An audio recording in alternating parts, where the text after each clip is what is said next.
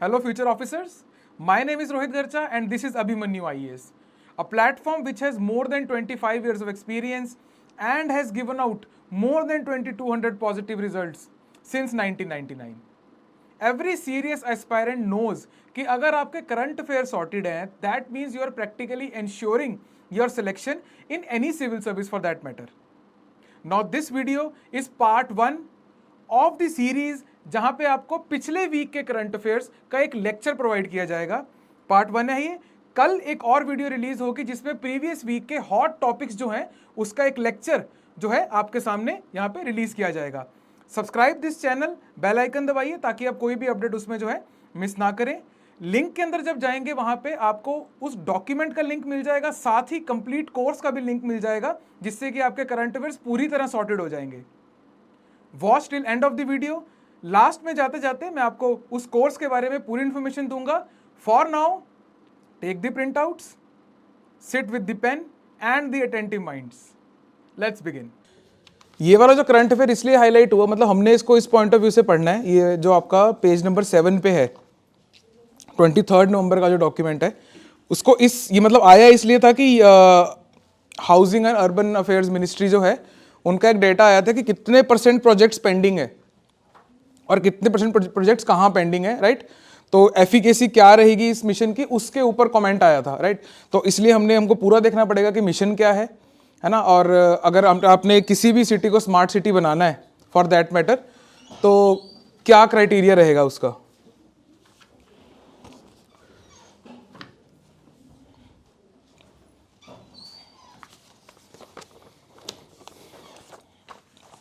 ये वाला टॉपिक यहाँ पे डालने का एक ही मकसद था, that if we want to develop something and we want to label it as smart, है ना, स्मार्ट सिटीज, तो यहाँ पे इस पर्टिकुलर चीज में आपको बाकी सारी चीजें मिल जाएंगी देखने को, है ना। कि अगर आप सेकंड पॉइंट देखेंगे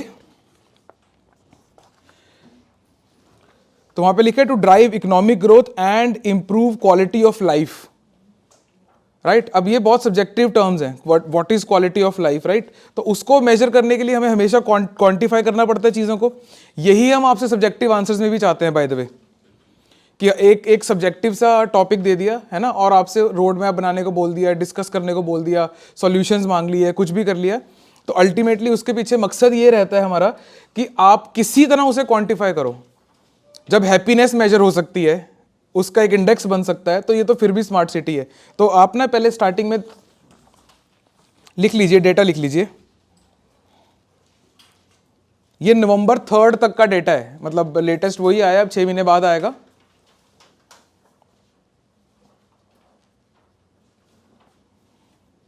%22 of the total projects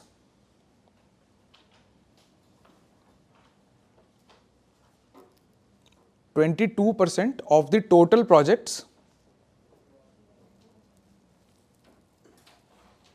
total projects मतलब कि जो हमने 100 स्मार्ट सिटी सेलेक्ट करी थी, उसके अंदर कुछ प्रोजेक्ट्स बनेंगे कि यहाँ पे साइकिल ट्रैक बनना है, यहाँ पे ये बनना है, यहाँ पे हॉस्पिटल बनना है, यहाँ पे स्कूल बनना है, यहाँ पे ये बनना है। तो वो उन प्रोजेक्ट्स का 22%। और बाय द वे वो टोटल नंबर ऑफ प्रोजेक्ट जो है दैट इज क्लोज टू 8000, है ना। और 22% ऑफ 8000 कितना हुआ, कितना हुआ, लगभग 1800, 1700 समथिंग, यही है ना, 17, हाँ लगभग इतना, है ना। तो इतने प्रोजेक्ट्स हमारे, लिखिए आगे, that account for 33%, that account for 33% of the total cost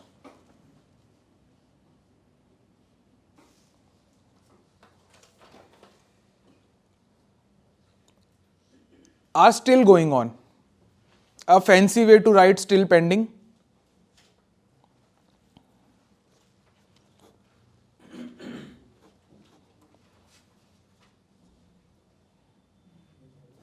और जो टोटल कॉस्ट थी आपके प्रोजेक्ट्स के लिए एलोकेट की गई थी, that was 1.70 lakh crore rupees, right. और कितना हुआ फिर 33% ऑफ 1.70 लाख करोड़,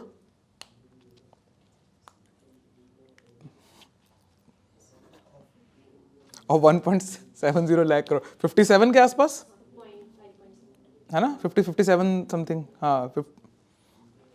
तो इतने के प्रोजेक्ट्स अभी स्टिल पेंडिंग है। दैट्स वाई हमको इस मिशन को एक्सटेंशन देनी पड़ी है, जो जिसकी वजह से न्यूज़ आई थी ये वाली। If you see the document, यहाँ पे आप देखेंगे स्मार्ट सिटीज़ वाला जो mission and related projects launched in 2015, right. और ये इसको फिर से एक्सटेंशन दी गई है। और लास्ट में आप देखेंगे their propose projects in 5 years from there to finish all propose projects. तो नेक्स्ट ये बोला एक्सटेंशन दी है और बोला कि प्रोजेक्ट सारे खत्म करो। नाउ लेट अस सी कि स्मार्ट सिटीज का कोर इंफ्रास्ट्रक्चर एलिमेंट्स क्या हैं। Let's write down.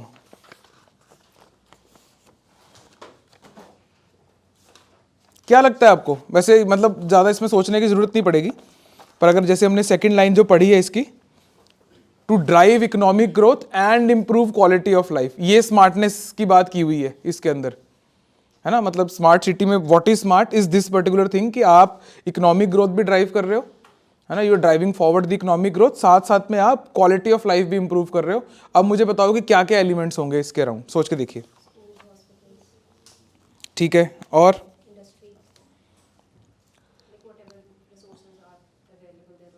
ये, हाँ, ये मतलब आपका सोशल इंफ्रास्ट्रक्चर में आ गया ये वाला। इंडस्ट्री आपका मतलब प्योरली इकोनॉमिकल आ गया। इसको थोड़ा सा और किसी और एंगल पे लेके जाओ, बेसिक।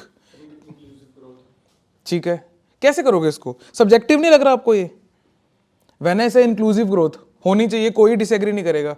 फिर मैं पूछूंगा कैसे होगी? एक स्मार्ट सिटी है, उसमें मैं इस चीज को इंप्लीमेंट कैसे करूं?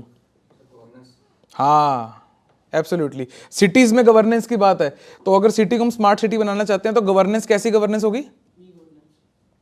ई गवर्नेंस, और बेसिकली उनको इंडिपेंडेंट करना पड़ेगा, हमें सेल्फ गवर्नेंस। तो ये इसका एक बहुत कोर एलिमेंट है, लिख लो।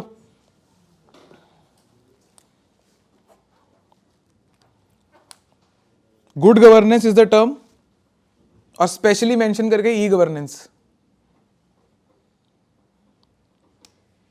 और जब हम गुड गवर्नेंस और ई गवर्नेंस की बात करते हैं ना, जस्ट फॉर योर नॉलेज कि क्यों ये होता है, क्यों ये अच्छी चीज है, इज बिकॉज इसके अंदर ना वी कैन इंश्योर सिटीजन्स आपकी पार्टिसिपेशन, राइट। तो इसलिए ये चीज बेटर होती है कि जब सिटीजन्स पार्टिसिपेट करेंगे, राइट, तो आपके डिसीजन में फिर वो खुश भी रहेंगे बाद में।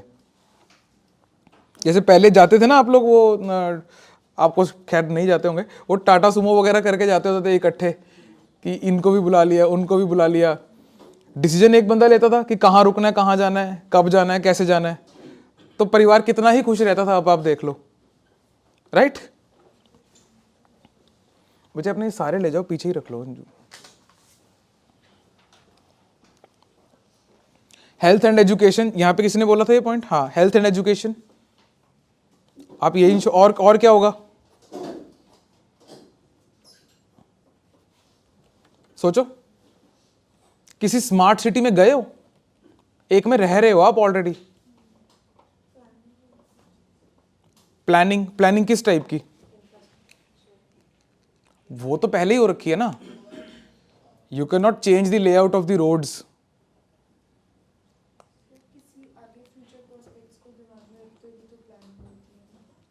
सस्टेनेबल डेवलपमेंट बोलना चाह रहे हो? जैसे चंडीगढ़ की अगर हम एग्जांपल लें, वहाँ पे ओवर पॉपुलेशन को रोकने के लिए वो है कि आप जैसे 2 stories के ऊपर नहीं बना सकते, या फिर इतने लोग रह सकते, इतने टेनेंट्स रख सकते हैं, वो सारे रेगुलेशंस हैं उस कंटेक्स्ट में। वो तो गुड गवर्नेंस में आ गया वैसे। हाँ, वो पॉलिसी और वो गुड गवर्नेंस में, आपने जब ई गवर्नेंस और सिटीजन्स पार्टिसिपेशन की बात करी है, वो उसमें कवर हो जाएगा। कैसा लगेगा अगर बार बार लाइट जाती रहे? बेसिक, बिल्कुल बेसिक, कि आप पहले बेसिक पूरा कर दो ना। एश्योर्ड इलेक्ट्रिसिटी, हाँ, connectivity.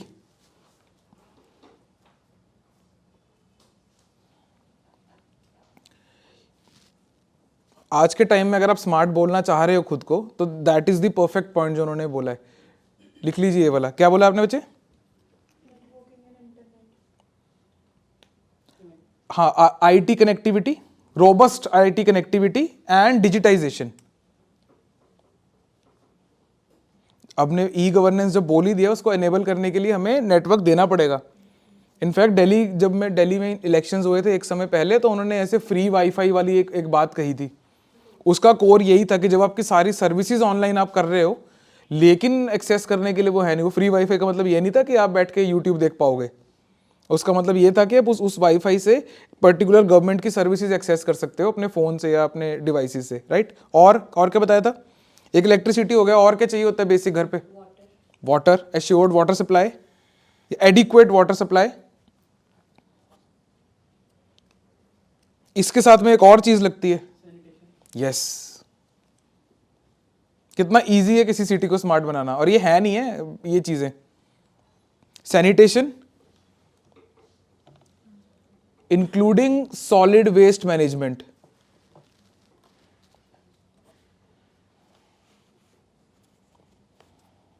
So would environment be an aspect in making a city smart? Perfect, yes.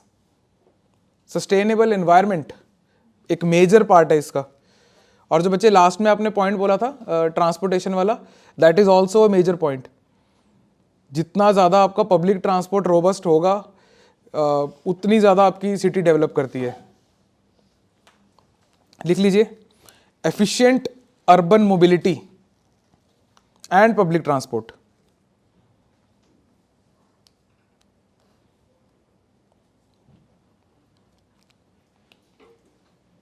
और आप कोई भी प्रोजेक्ट उठा के देखेंगे ना, वो आपको इन्हीं के अराउंड रिवॉल्व होता हुआ दिखेगा। यही एरियाज हैं बस। एक बार ये मतलब अगर कोई पिछड़ा हुआ इलाका है उसको मेन से कनेक्ट कर दो। मेन को कैसे डेवलप करना है? इन तरीकों से डेवलप करना है। इन्हीं के थ्रू आपको समझ में आएगा establishment of pipe, waste disposal means of transportation. Perfect perfect. एक चीज आप मिस कर रहे हो इसमें, बहुत इंपॉर्टेंट है, थोड़ा सा दिमाग लगाओगे पहुंच जाओगे। बहुत इंपॉर्टेंट है, जो हर चीज को एक्चुअली एनेबल करती है कि आप जा पाओ एक्चुअली बाहर। अगर कोई मिस हैप हो रही है, आपके पास कोई आ जाए आपको हेल्प करने। लॉ एंड ऑर्डर है ना, safety and security, safety and security of citizens. और इसके अंदर हमारा जो टारगेट ग्रुप रहता है particularly women elderly and children.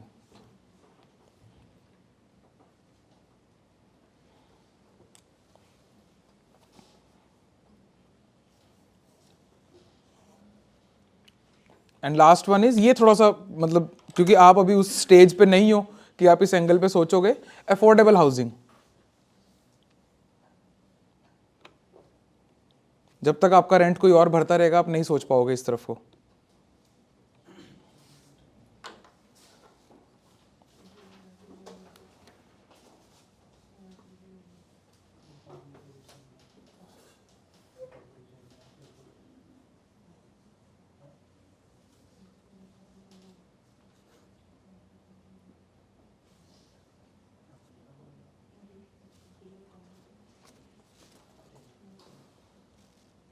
बच्चे इसके अंदर आपने मिनिस्ट्री नोट कर रखी है, यहाँ पे लिखी हुई है कहीं पे मिनिस्ट्री?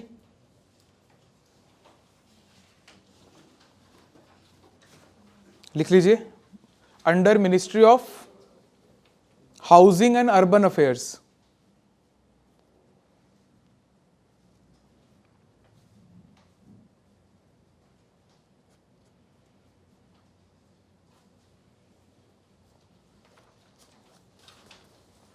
और एक जो आपके पीसीएस एचसीएस में सवाल आ सकता है, टॉप सिटीज जिन्होंने स्मार्ट सिटीज प्रोजेक्ट के जो ये प्रोजेक्ट्स हैं वो कंप्लीट कर लिए हैं, वो लिख लीजिए, टॉप सिटीज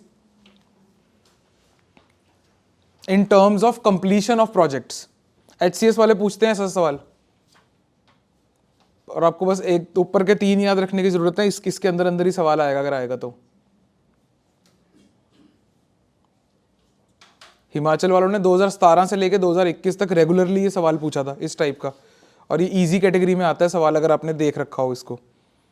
वैसे ये स्टेटमेंट तो हर सवाल के लिए ट्रू है पर पर्टिकुलरली ये नंबर 1 इज सूरत, और ब्रैकेट में गुजरात लिख लेना। स्टेट वाइज पूछ सकते हैं, वो स्टेट पूछ लेंगे आपसे, या तो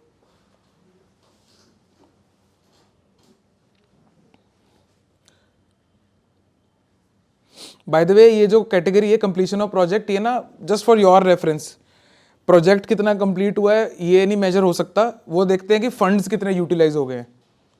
यूटिलाइजेशन ऑफ फंड्स के हिसाब से होता है ये जस्ट आपको आपके फ्यूचर के लिए बता रहा हूँ मैं, कि जब आपकी मीटिंग में आपको नीचे वाला एसडीओ आपका पागल बना रहा होगा ना कि ये लग गई जी उधर, ये दीवार लग गई, तो आप नहीं वो देखोगे, आप सीधा ये देखोगे कि फंड्स कितने यूटिलाइज हो गए हैं, है ना, पैसे में चलती है चीज़ इसमें। तो फंड्स यूटिलाइजेशन पे है कंप्लीशन ऑफ प्रोजेक्ट। इंटरव्यू में अगर कोई फंसाए आपको तो निकल लेना पतली गली से कि completion of project is based on funds utilisation.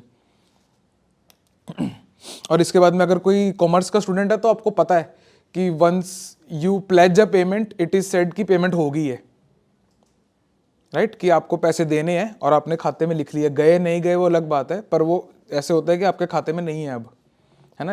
आपका लेजर अकाउंट और बैंक अकाउंट में फ़र्क होता है, आप खुद अपने पार्ट पे अकाउंट मेंटेन करते हो।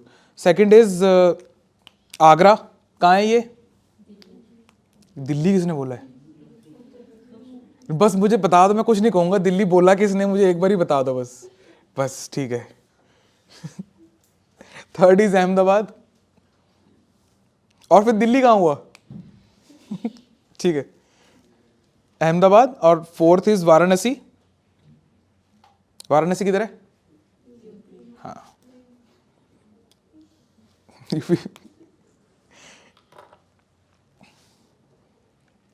Last is Bhopal. ये टॉप 5 है। भोपाल का है? Thank you.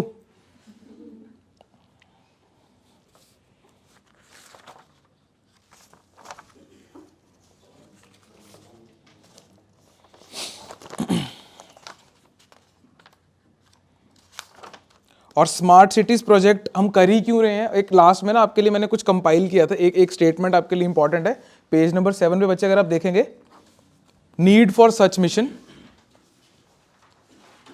31% of the population lives in cities. ठीक है, एक तो सबसे बड़ा कारण ये है कि एक मेजर चंक आपका सिटीज में रह रहा है, ठीक है, और उससे भी ज्यादा इंपॉर्टेंट ये है and contribute 63% of the GDP to the GDP. ठीक है जी, इसीलिए शहरों पे पैसा भी ज़्यादा लगता है ना, आउटपुट वहाँ से ज़्यादा आ रही है, राइट। और आपके शहर मॉडल्स भी बनते हैं एक तरह से, और अल्टीमेटली हम चाह रहे हैं कि जो शहर का मॉडल है वैसा सही अप्लाई हो जाए, इसीलिए हम शहर को सस्टेनेबल बनाना चाह रहे हैं, यहाँ पे ग्रीनरी इंट्रोड्यूस कर रहे हैं, right. If this is the way forward तो हमको इसको सस्टेनेबल करना पड़ेगा।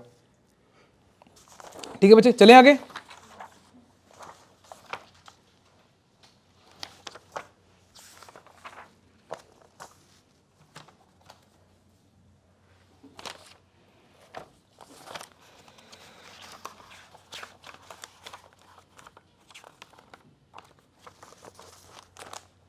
आज वाले पे आ जाओ बच्चे, थोड़ा आज वाला करते हैं, अगर इसमें फिर भी लगा कुछ पेंडिंग है तो देख लेंगे।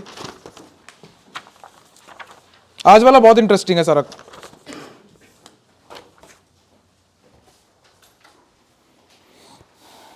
स्मार्ट सिटीज पे आपको ना मेंस पे क्वेश्चन आएगा, हर साल आया है, कुछ ना कुछ स्मार्ट सिटीज के अराउंड रिवॉल्व करता हुआ आया है, तो इसका कॉन्सेप्ट क्लियर रखना आप बस।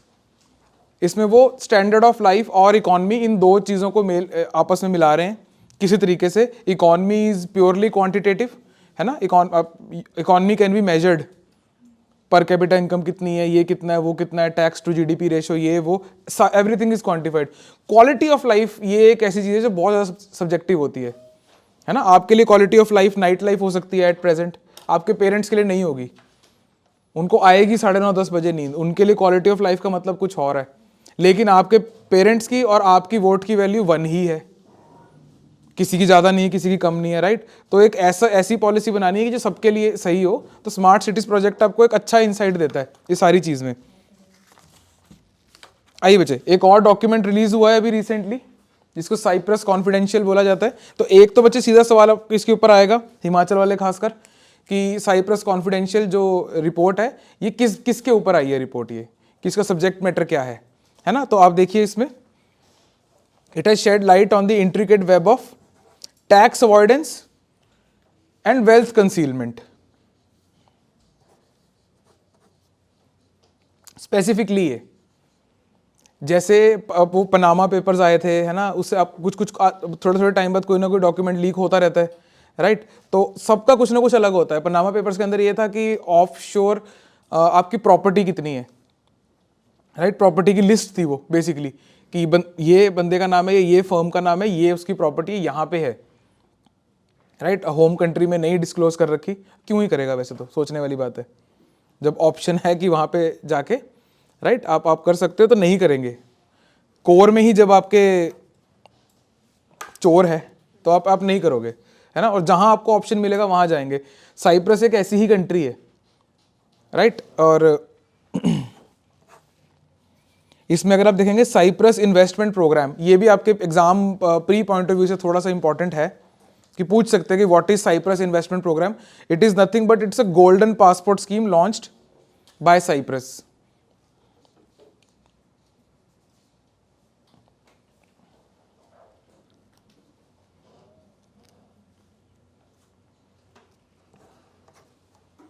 ठीक है जी।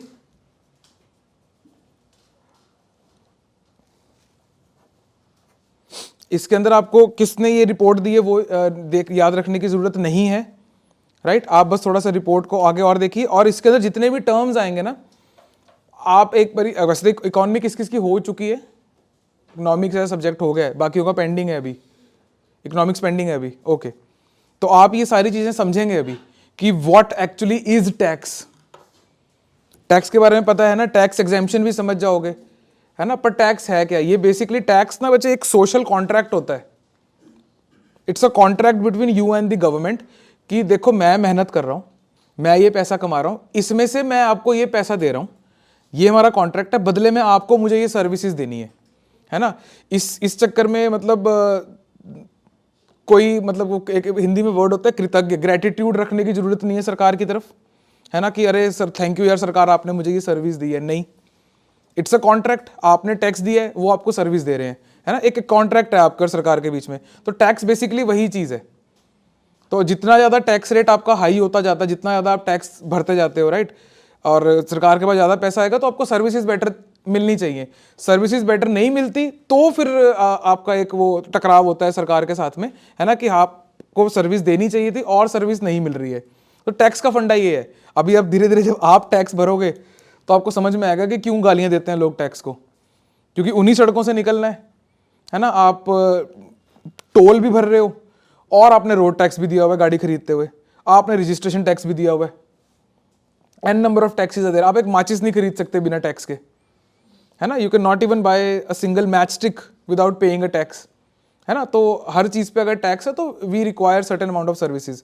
जैसे देयर आर सर्टेन कंट्रीज जिनका HDI बहुत हाई है, उनका टैक्स रेट भी बहुत हाई है, क्लोज टू 40%, 45%, पर उनका मेडिकल बिल नहीं है फिर, है ना। उनका मेडिकल बिल नहीं है, उनको ट्रैवल सस्ता है उनके लिए, पब्लिक ट्रांसपोर्ट है हर जगह, रोड्स क्लीन है ना। तो ये टैक्स एक डील है बेसिकली। आइए बच्चे इसमें देखते हैं। तो वहां पे आप समझोगे कि टैक्स है क्या एक्चुअली। तो यहाँ पे साइप्रस और इंडिया का एक रिलेशन आपके सामने रखा है मैंने, क्योंकि यही इंपॉर्टेंट है। साइप्रस ने हर कंट्री के साथ में इंडिविजुअली डील्स कर रखी हैं, है ना। तो इंडिया के साथ में भी साइप्रस की डील हो रखी है, और ये 2013 से मतलब प्री 2013 टाइम से होते। 2013 एक टर्निंग पॉइंट था इंडिया साइप्रस रिलेशन में इकोनॉमिक टर्म्स के अंदर, राइट। उससे पहले से भी होता आ रहा था, लेकिन 2013 के बाद में इंडिया और साइप्रस में डायरेक्ट डील ही होगी थी। और and also we have a DTAA, double tax avoidance agreement, right, with Cyprus. आइए बच्चे सबसे पहले ना let's write what is a tax haven. Tax haven होता क्या है, क्यों साइप्रस जैसी कंट्रीज ये काम करती हैं, राइट। जैसे आपने मॉरिशस का नाम सुना होगा, वो कौन से आइलैंड्स है, कैमरून समथिंग आइलैंड्स, है ना, ब्रिटिश कुक आइलैंड्स, है ना। इनमें आपको इकोनॉमी कुछ प्रोड्यूस करती हुई नहीं दिखेगी, लेकिन इनकी GDP बहुत हाई दिखेगी आपको। And we know that money derives its value from resources. Money का सीधा रिलेशन मटेरियल से है, मटेरियल नहीं है तो मनी की कोई वैल्यू नहीं है, right. You can not eat money, कहने का मतलब ये है। तो हम देखते हैं कि यार नेचुरल रिसोर्सेज है नहीं है, लेकिन इनकी GDP हाई है, राइट। तो क्या हो रहा है ऐसा, वो देखते हैं, टैक्स हेवन देखते हैं। इट इज अ कंट्री और जुरिस्डिक्शन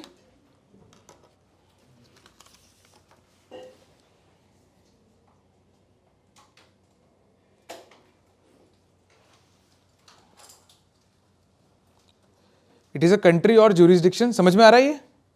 हाँ, that offers low or no tax liability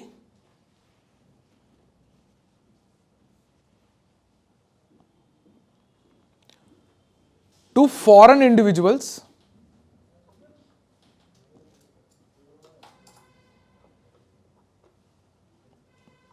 and businesses, मतलब इंडिविजुअल्स में वो भी आता है, and businesses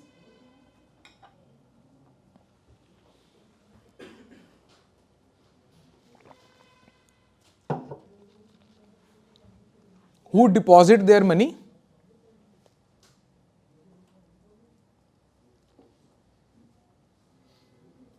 or operate their activities there. बच्चे यहाँ एक दिमाग में मेरे क्वेश्चन आया था कि मतलब आपको ना ऐसे कंट्रीज की लिस्ट दी जा सकती है एक, है ना, और पूछा जा सकता है कि ये इनमें कॉमन क्या है, तो वो आप लिख लीजिए कि कौन कौन सी एग्जाम्पल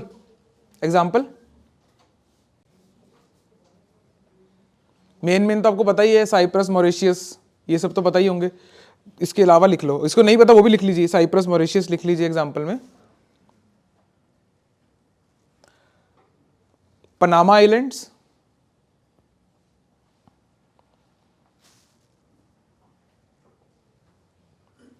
लग्जमबर्ग, LUXEMBURG,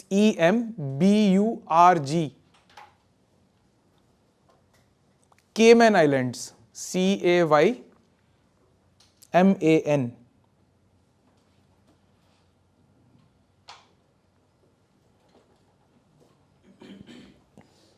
और इसी के नीचे ना कॉर्पोरेट टैक्स हेवन लिख लो।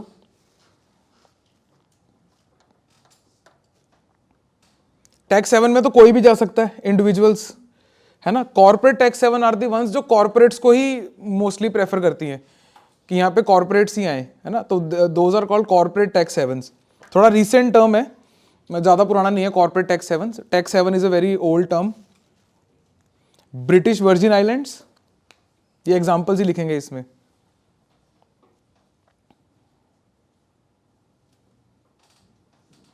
और केमैन आइलैंड्स को भी कॉर्पोरेट टैक्स हेवन भी कहा जाता है, Cayman islands and Bermuda.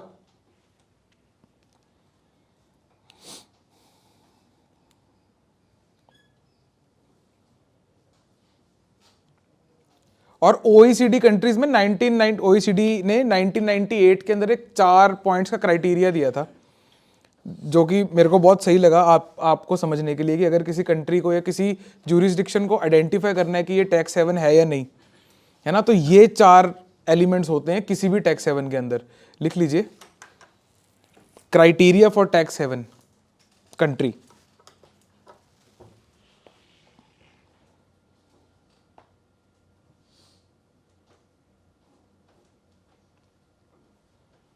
by OECD in 1988.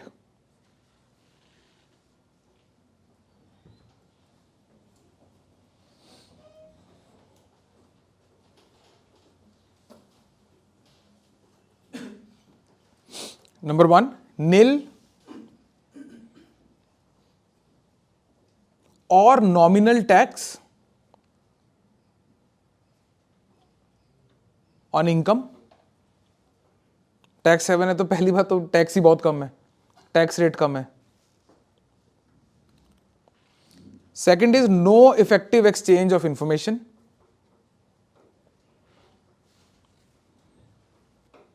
किसके बीच में? सबके बीच में।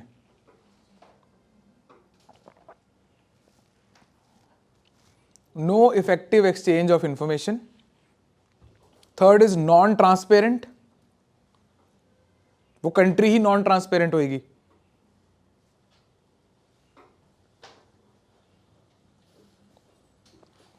Last one very important, no substantial activities occur. जो मैं आपको बात कर रहा था कि इंडस्ट्री है नहीं उधर, रिसोर्सेज भी है नहीं है, कुछ प्रोड्यूस नहीं हो रहा है, no substantial activities occur.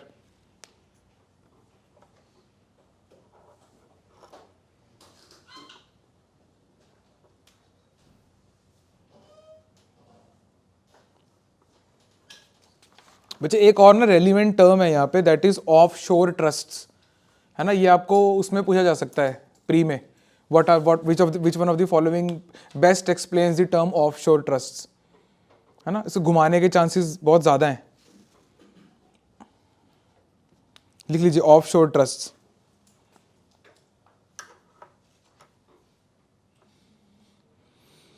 They are the trusts whose property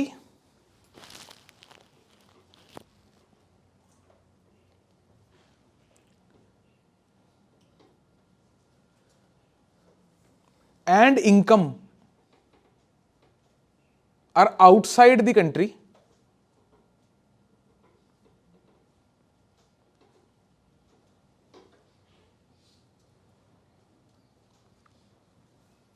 comma even the settler and beneficiaries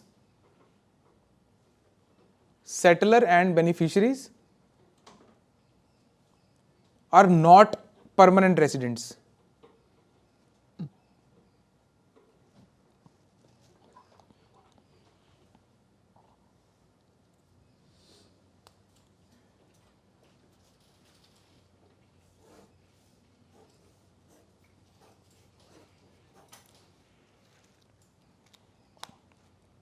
ठीक है. और साइप्रस ने इसको ऑफशोर ट्रस्ट को अलाउ किया हुआ है ना. तो रादर देन जो आप ऑफशोर ट्रस्ट हो गया कि आपकी प्रॉपर्टी और किसी कंट्रीज में है ना, लेकिन आपने ट्रस्ट यहाँ का खोला हुआ है, वो टेक्निकली वो कंपनीज बोलेंगे कि ये साइप्रस का ट्रस्ट है, साइप्रस की उस एरिया का ट्रस्ट है.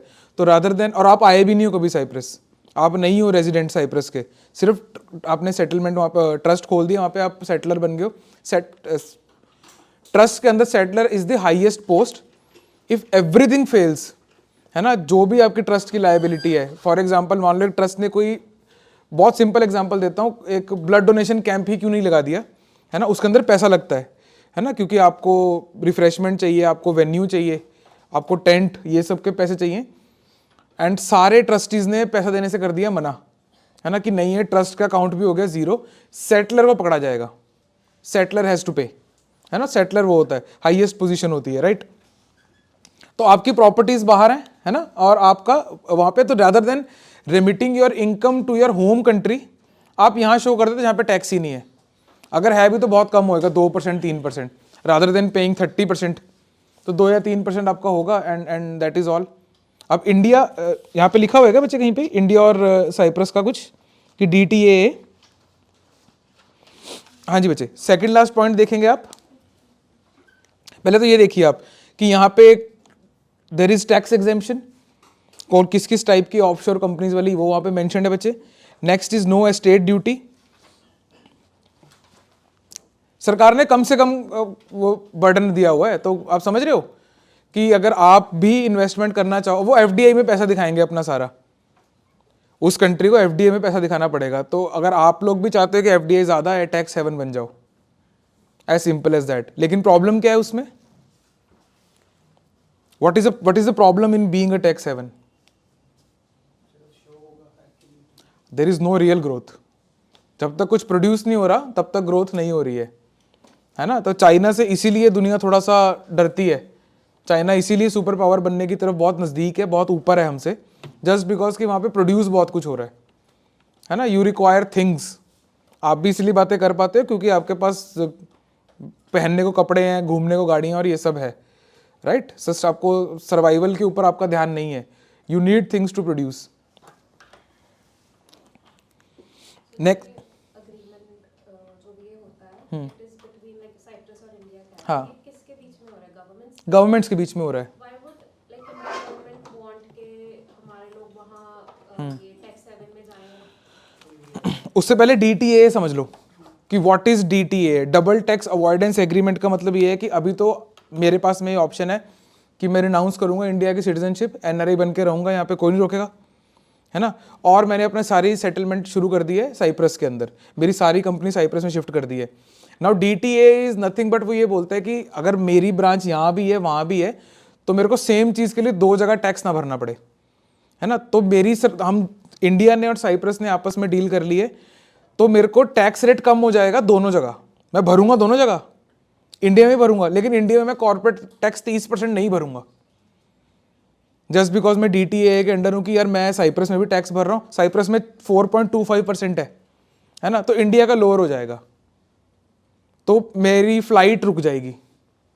जो मैंने यहाँ से भागना था ना अपनी कंपनी को लेके, और मैं पूरा ही अवॉइड करने वाला था, है ना, तो अब मैं नहीं करूँगा, है ना, इंडिया में रहूँगा मैं। तो DTA ये मतलब है। अब आप सवाल पूछो, क्या पूछ रहे थे? Why would any country, जैसे अगर इंडिया ने साइप्रस के साथ साइन किया, why would they want कि कोई यहाँ से जा रहा है टैक्स इवेड करे, टैक्स एग्जेम्पशंस मिले उसको वहाँ पे?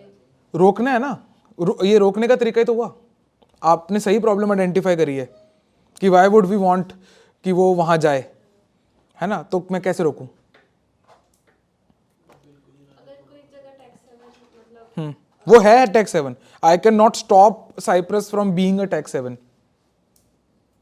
but aren't we incentivizing that country for becoming like और better tax haven बनने के लिए? हाँ, है। जैसे ये डील ही कर ली कि मैं अपने मेरे यहाँ का इंडस्ट्रियलिस्ट तुम्हारे यहाँ आके सारे टैक्स इवेड करेगा, एग्जेम्प्ट कराएगा, तो मैं उसको प्रमोट कर रही हूँ उसकी ये चीज, बट ये मेरे लिए तो नुकसानदायक हो गया ना, बिकॉज यहाँ टैक्सेस नहीं भरेगा तो मेरी इनकम कहाँ से आएगी? नहीं भरेगा ही नहीं, इसीलिए बनाया ना, कम भरेगा बट भरेगा, वरना तो ये कर जाता। दूसरे केस के अंदर अगर मैं DTA नहीं करूंगा, लेट अस अज्यूम कि हमारा किसी कंट्री के साथ में DTA नहीं है, who is stopping the company from leaving India and going there? What is stopping them? Right, India के पास, इंडिया कर सकता है ये चीजें बिकॉज थोड़ा सा सॉफ्टली डील करता है इंडिया स्टार्टिंग में। किसी भी प्रॉब्लम को लेके देख लो, है ना, स्टार्टिंग में थोड़ा सॉफ्टली ही डील होता है। वो चली ही जाएगी अगर, मतलब कोई तरीका नहीं है उसको रोकने का। If I want to stop, मैं समझ रहा हूँ आप क्या कहना चाह रहे हो और सही भी बोल रहे हो। It is actually a problem, it is actually a problem जो आप बोल रहे हो। हमारी अप्रोच है कि सब कुछ खोने से बेटर है कुछ थोड़ा सा रख लो। Let's write DTA। देखो एक बार,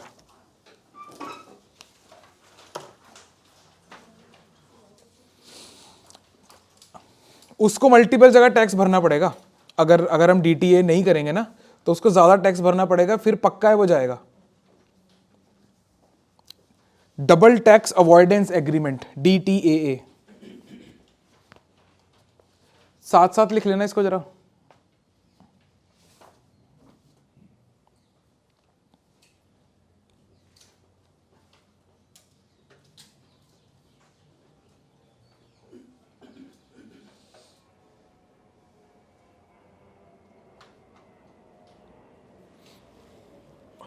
कैसे लिखें इसको? DTA के अंदर बच्चे वैसे होता ये है कि आपका ना टैक्स रेट चेंज हो जाता है। You are not subjected to the same tax slabs. If you are a company which falls under the category of DTA, तो DTA की अलग टैक्स स्लैब्स है ना। तो आपको लिखिए, अब लिखिए जरा। It is a treaty signed between two countries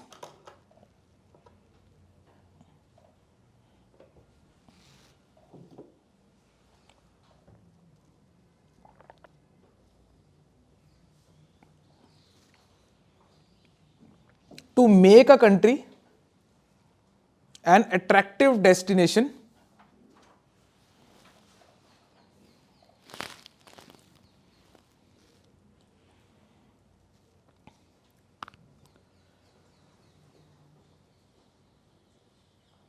destination समझ रहे हो ना, किस किस चीज की बात हो रही है? हाँ,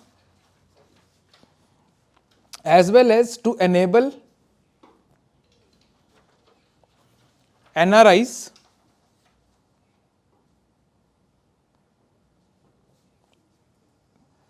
to get relief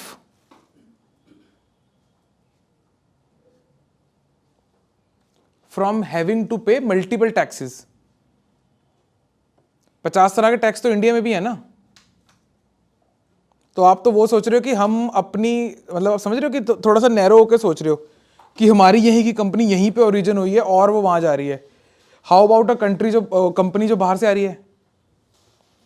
एक इसका ये भी तो फिर इशू होगा, मान लो एक्स कंपनी है यहाँ पे, ठीक है, एक्चुअली ये नाम है कंपनी का, change it to Y. Okay Y company है यहाँ पे, ठीक है, एंड सब सही चल रहा है, यही रहना चाहते हैं, बट नाउ उन्होंने अगर साइप्रस में वाई कंपनी कहाँ, यहीं यहीं इनकॉर्पोरेट हुई थी? मतलब हाँ इंडिया में ही है, ठीक है, तो अगर उसने शेल कंपनी खोली ऑन पेपर साइप्रस में, मुझे तो सिर्फ 4.5 उस केस में आप फॉल नहीं करोगे इसमें. कंपनी हैज टू टेल कि मेरे को DTA में आना है, I want to be in that particular slab. DTA की स्लैब्स अलग हैं, लिखिए जरा. DTA does not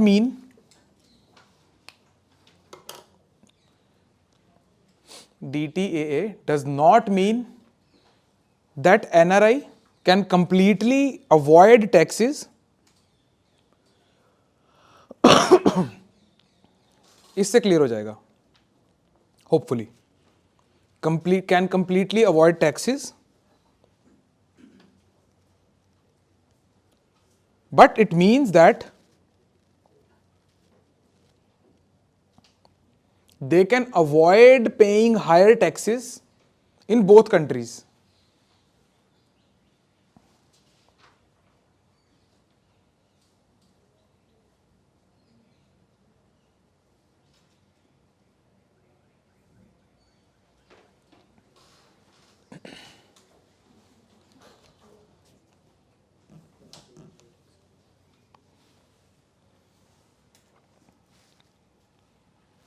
भी मेरे पास इतना टाइम नहीं है कि मैं उसको डिटेल में समझाऊं, लेकिन आपको पता है कि DTA is a method to avoid tax evasion. Tax evasion जो होती है ना, उसको अवॉइड करने का तरीका है. अदरवाइज जो आप बोल रहे हो ना कि why would India sign a treaty with Cyprus की ऐसा करना है हमने, DTA करेगा. उनको पता है जब साइप्रस ऐसा है, हमें पता है मॉरिशस ऐसा है, बिकॉज इट इज, ये बाधा है, मतलब ये टैक्स इवेड होने नहीं देता ये पर्टिकुलर एग्रीमेंट.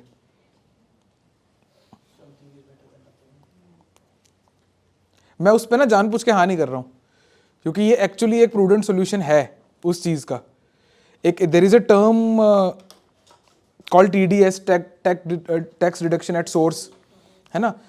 तो इसमें TDS का रेट ही चेंज हो जाता है, तो आपको लगभग उतना ही पड़ता है और आपका सारा मतलब यू नो आप लेजिटिमेटली बिजनेस कर सकते हो अपना, है ना. और गवर्नमेंट भी आपको सपोर्ट करती है, सब कुछ उस एंगल पे चला जाता है ये, और आप कंट्रोल में आ जाते हो. हालांकि आपके पास कम आ रहा है, लेकिन आपके पास ब्लैक मनी तो जनरेट नहीं हो रही ना.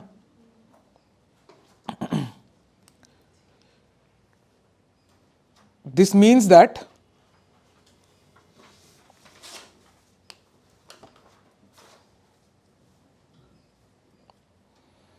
समझना इस चीज को. This means that when NRIs earn an income in India,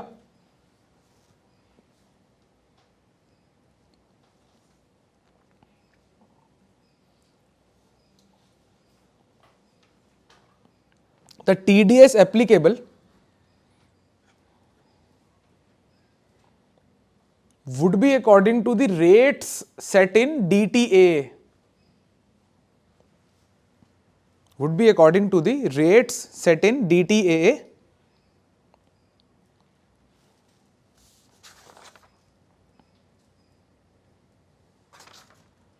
with that country. Golden passport ले लिया ना अब उसने, तो आपके बड़े बिजनेसमैन ने गोल्डन पासपोर्ट ले लिया है, क्योंकि वहां पे इंपोर्ट ड्यूटी नहीं है. इसमें लिखा हुआ है कहीं पे, हाँ ये देखिए बच्चे, थर्ड पॉइंट देखिए, there is no import duty on purchase of cars, office और household equipments for foreign employees. तो वहां पे है ही नहीं खर्चा, आप एक्चुअली अपनी कंपनी को ग्रो करा सकते हो.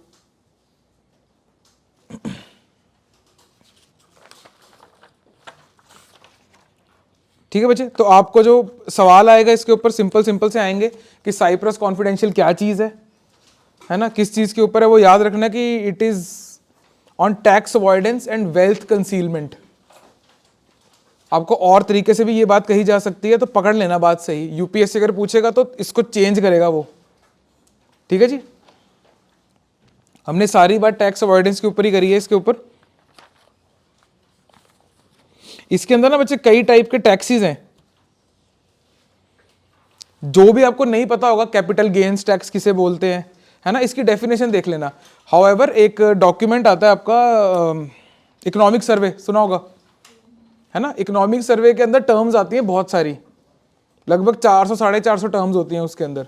तो उसमें से कोई एक आधी टर्म उठा के यूपीएससी पूछ लेता है कि व्हाट डज दिस मीन. और वो जनरली वो वाली टर्म होती है या तो जो नहीं होती है एकदम, है ना, या थोड़ी कॉम्प्लेक्स टर्म होती है जिसका मतलब आपको प्राइमा फेसी कुछ मतलब इमेजिन हो जाता है कि यार अच्छा इसका ये मतलब हो सकता है, लेकिन निकलता कुछ और है. लास्ट में, तो उस टाइप की टर्म्स हैं। तो इसके अंदर वो वाले टैक्सेस के टर्म्स हैं, है ना, कैपिटल गेन्स टैक्स किसे बोलते हैं ये देख लेना आप अपने आप। ये विद होल्डिंग टैक्स किसे कहा जाता है, इसको रिटेंशन टैक्स भी बोलते हैं वैसे। ये पेमेंट का रिसिपिएंट आपके बिहाफ पे रख लेता है सरकार को देने के लिए, उसे विद होल्डिंग टैक्स या रिटेंशन टैक्स कहा जाता है। आइए बच्चे आगे चलें। आप लोग तो खैर नहीं पढ़ते होंगे वैसे, पर वो ना क्लास के डिस्क्रिप्शन के अंदर लिखा होता है कि क्लास कैसी रहने वाली है आज की। पढ़े थी? अच्छा, उसमें कोट्स वगैरह भी होते हैं। तो आज वाली क्लास में मैंने लिखा था कि ये इकोनॉमिक्स हैवी क्लास है, तो मेरे को तो लगा था बारिश भी हो रही है, ऊपर से इकोनॉमिक्स हैवी क्लास है, पर मैं तो बहुत ही खुश हुआ तुम लोगों को देख के कि यार ये बैठे हैं यहाँ पे। फिर मैंने एक को टी शर्ट में घूमते देखा, मैं कहा भाई डेडिकेशन है। आइए बच्चे, investor risk reduction access, easy है ये, इसको शॉर्ट में करते हैं, ज़्यादा इसमें कुछ नहीं है। दो चार चीज़ें इंपॉर्टेंट है जो प्री पॉइंट ऑफ व्यू से करेंगे, जिसका मुझे बहुत ज़्यादा चांसेस लग रहे हैं सवाल आने के। ये it is nothing but a platform, कि अगर आप किसी भी एक्सचेंज पे हो या किसी भी प्लेटफॉर्म पे हो, किसी भी एजेंसी के पास में अगर उनका सर्वर डाउन हो जाता है और आप ट्रेडिंग कर रहे हो फॉर वट एवर रीज़न, उनका सर्वर डाउन हो गया, तो this is a central server जिसको एक्सेस करके आप सारे वो ऑपरेशंस कर सकते हो जो आप वहाँ कर रहे थे, राइट। और वॉलेंट्री चीज़ है ये, है ना, आप जब चाहो उसमें जा सकते हो, जब चाहो उससे बाहर आ सकते हो। पूरी एजेंसी उसके अंदर जा सकती है, पूरी एजेंसी उससे बाहर आ सकती है इस सिस्टम से। ये एक सिस्टम सेंट्रली सिस्टम डेवलप हुआ है। ऑब्वियसली सरकार के पास में पैसा ज़्यादा है, बेटर सर्वर्स बना सकते हैं जो नहीं डाउन होंगे, है ना, तो उसका एक तरीका है। और क्यों हुआ होगा ये सोच के देखो एक बार, कि अगर कोई सर्वर डाउन हो जाए उसके लिए एक सिस्टम क्यों बनाया होगा, क्योंकि सर्वर डाउन हो रहे थे, है ना। तो ये एक प्रॉब्लम आइडेंटिफाई हुई होगी पिछले कई सालों में, है ना, लिखा भी होगा यहाँ पे कहीं पे। दे देखिए बच्चे, फर्स्ट पॉइंट देखिए, will act as a safety net, IRRA is a platform that will act as a safety net for investors in case of technical glitches. आपसे जो सवाल आएगा वो ऐसे ही आएगा कि मतलब किसने लॉन्च किया है या किसने बनाया है, इस टाइप का सवाल आएगा। लॉन्च सेबी ने किया है। And if you see point number 3 बच्चे, तो BSE, NSE, NCDEX which is national commodities and derivatives exchange, MCX multi commodity exchange, है ना, एंड आपका MSE metropolitan stock exchange of India, ठीक है, इन्होंने जॉइंटली किए। कितने हैं? 1 2 3 4 5, ठीक है। तो आप समझ रहे हो इसके ऊपर सवाल कैसे बनेगा, तो ये आपको रट्टा मारना पड़ेगा। और आपका प्री बहुत पास है ना, ज़्यादा दूर नहीं है, तो मार लो। बस इसी प्री तक रट्टा मारना है इसका। इसके नेक्स्ट वाले में आपको मैं चाहता हूँ ना ही दो आप वो वाला, यही वाला निकल जाए, इसी के बाद में आप जो चाह रहे हो वो मिल जाए। तो पर आपको याद तभी तक रखना है ये आने वाले जो 3 पेपर है ना, HCS, PCS और आपका UPSC, इन 3 पेपर के लिए आपको रट्टा मारना है इसका कि किन्होंने मिलके बनाया है।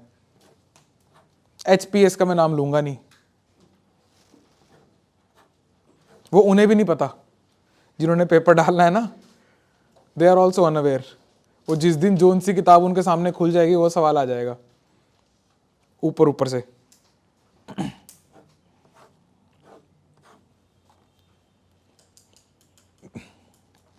भाई तो ये भी एक ऑब्जर्वेशन है वैसे, HPS का अगर आप पुराना पेपर उठा के देखोगे और फिर किताब उठाओगे तो पता नहीं क्यों आपको मोस्टली लेफ्ट हैंड साइड पे नीचे वाले से सवाल आया हुआ होता है। वो किताब खोलोगे और इस मतलब लेफ्ट हैंड साइड के पेज के नीचे सारे सवाल, मतलब कितनी जल्दी है पेपर डालने की, देख लो।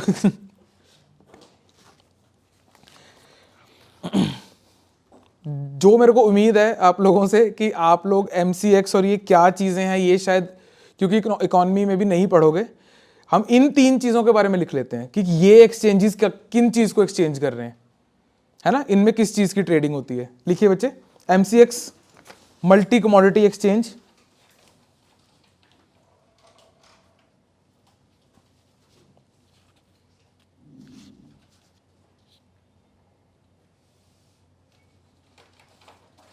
मैं डिटेल में नहीं लिखवा रहा, आपको ये बता दूंगा कि ट्रेड किस में कर रहे हैं, उसकी हिस्ट्री जानने की जरूरत नहीं है। जैसे MCX मतलब it is the first one जो कमोडिटी एक्सचेंज लिस्ट हुई थी, है ना। चलो ऐसे ये लिख लेते हैं, India's first listed exchange multi commodity exchange.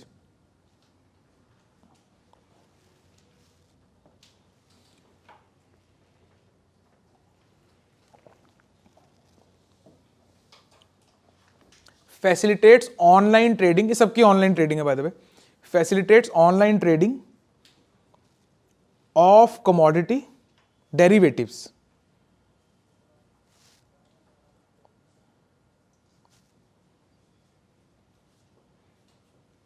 Of commodity derivatives like gold,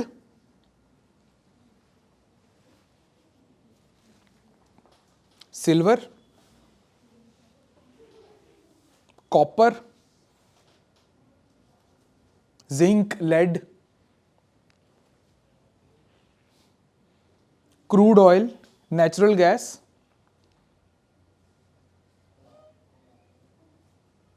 निकल, एल्यूमिनियम एटसेट्रा। कमोडिटी डेरिवेटिव्स का मतलब ये होता है जो कमोडिटी से डिराइव की हुई वैल्यू होती है ना। आपने कमोडिटी डेरिवेटिव के ऊपर उसके शेयर्स खरीद लिए, आपने पैसा लगा दिया, उस कमोडिटी का अगर प्राइस बढ़ जाएगा तो डेरिवेटिव का भी बढ़ जाएगा और आपका फायदा हो जाएगा। उसके बाद आपने बेचना है, कम करना है, पर ये एक्चुअली रियल चीजों पे होएगा, राइट। तो वैसे ही वी हैव नेक्स्ट NCDEX लिख लीजिए बच्चे, national commodities and derivatives exchange.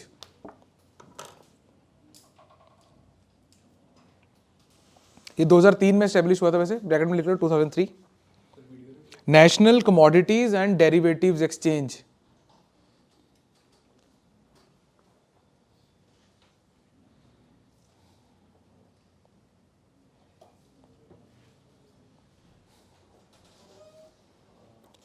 Deals primarily in agricultural commodities, ये इंपॉर्टेंट है, अंडरलाइन कर लेना।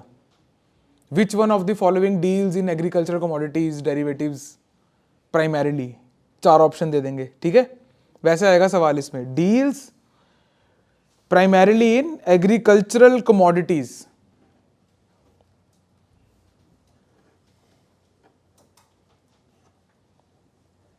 है ना, आपको मतलब जूट हो गया, कॉटन होगी, है ना, इस टाइप की चीजें, coffee. Last is national NMCE, national multi commodity exchange.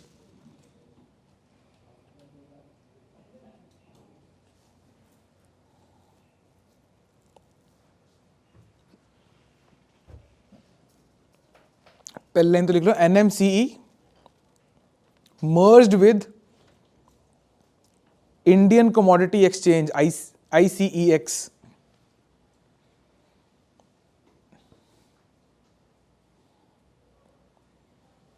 Indian Commodity Exchange, ICEX in 2017.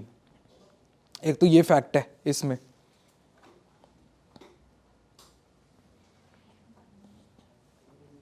It in 2017 it offers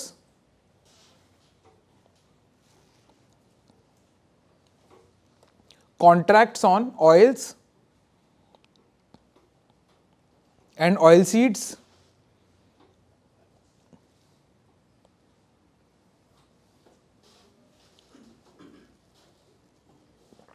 coffee, rubber and spices.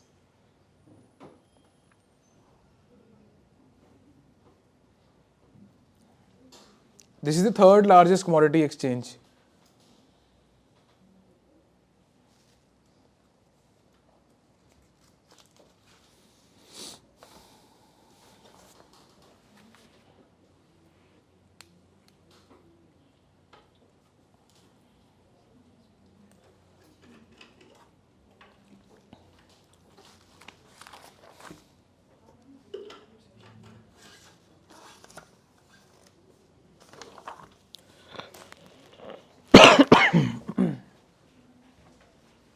चले आगे। ये सुना होगा आपने, रिसेंटली बैन हुआ है ये, है ना, कि आप हलाल सर्टिफिकेशन नहीं दे सकते हैं। हमारे पार्ट पे दो चीज़ें हैं इसको समझने के लिए, कि हलाल सर्टिफिकेशन का मतलब क्या है, ठीक है, और इसके बैन से क्या होगा, राइट, कि क्यों हुआ है बैन बेसिकली। अगर आपको मैं ऊपर ऊपर से बताऊं थोड़ा सा, फर्स्ट ऑफ ऑल तो हलाल has nothing to do with meat, right, it is a cultural thing, जब मेरे को समझ में आता है इससे, है ना, कि these are the products that are permissible under Islam, है ना, as simple as that. So it has nothing to do with meat specifically. A type of meat is called halal, otherwise आपका vegetarian food is also halal, है ना। तो हलाल certification आपका it is wide। आइए बच्चे देखिए इसके अंदर, halal is an Arabic word that loosely translates to permissible in English। Page number 3।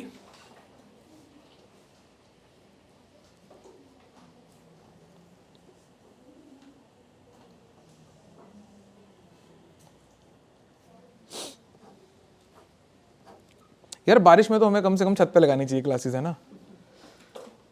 मैं तो आती उनको सूरज सर को बोला था, मैं कहा यार आपको ना सुबह मैं उठूं और बारिश हो रही है और मैसेज आना चाहिए कि आज इंस्टीट्यूट बंद है ना। अब क्लास पढ़ाते पढ़ाते और सुनाई दे रही है ना। आप लोगों की क्या बोलेंगे उसको, कंसंट्रेशन को सलाम है मेरा। देखिए बच्चे इसके अंदर हराम विच मीन्स फॉरबिडन, है ना, उसके कॉन्ट्रास्ट में हलाल यूज किया जाता है। Anything that is not forbidden is हलाल।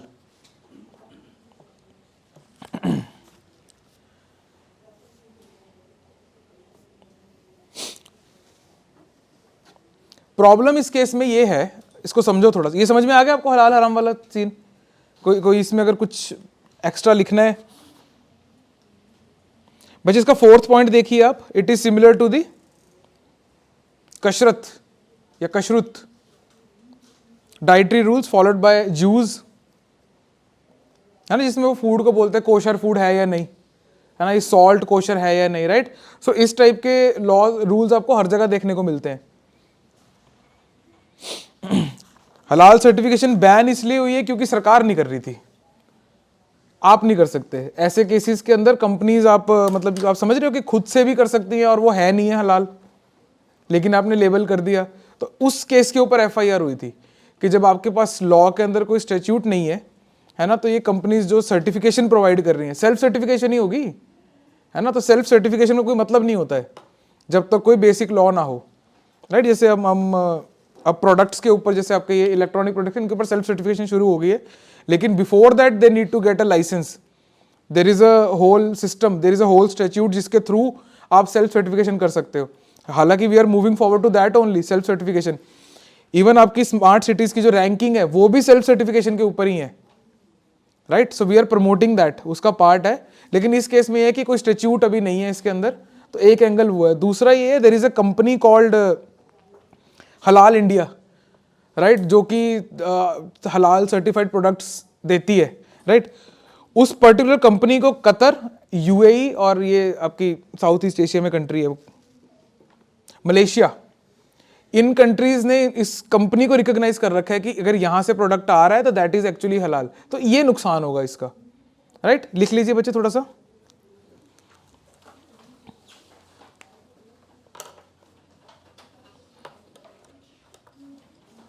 सिर्फ 2 लाइनों में लिखते हैं प्रॉब्लम की है क्या।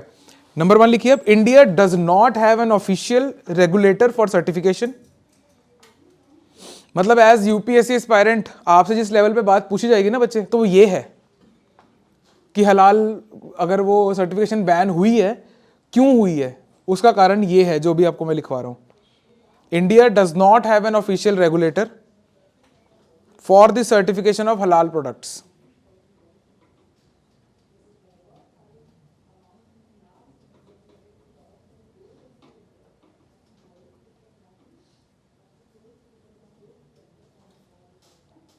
इसका क्या मतलब हुआ कि मतलब अगर कोई ऐसी कंपनी स्प्रिंग अप हो रही है जो कि बोल रही है कि हम हलाल सर्टिफिकेशन देंगे, उसका सीधे सीधा मतलब काम होएगा कि अगर तो मुस्लिम कम्युनिटी में उस कंपनी की तरफ ट्रस्ट है तो सही है, नहीं है तो नहीं है, राइट। पर सर्टिफिकेशन का अपने आप कोई मतलब नहीं है, because it is not backed by any law, any statute. इसके एरो डाल के लिख लीजिए छोटा सा ना इसके साथ में, the legitimacy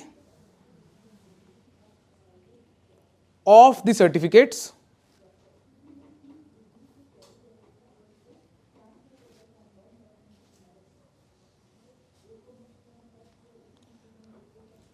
lies in their name recognition among Muslim consumers.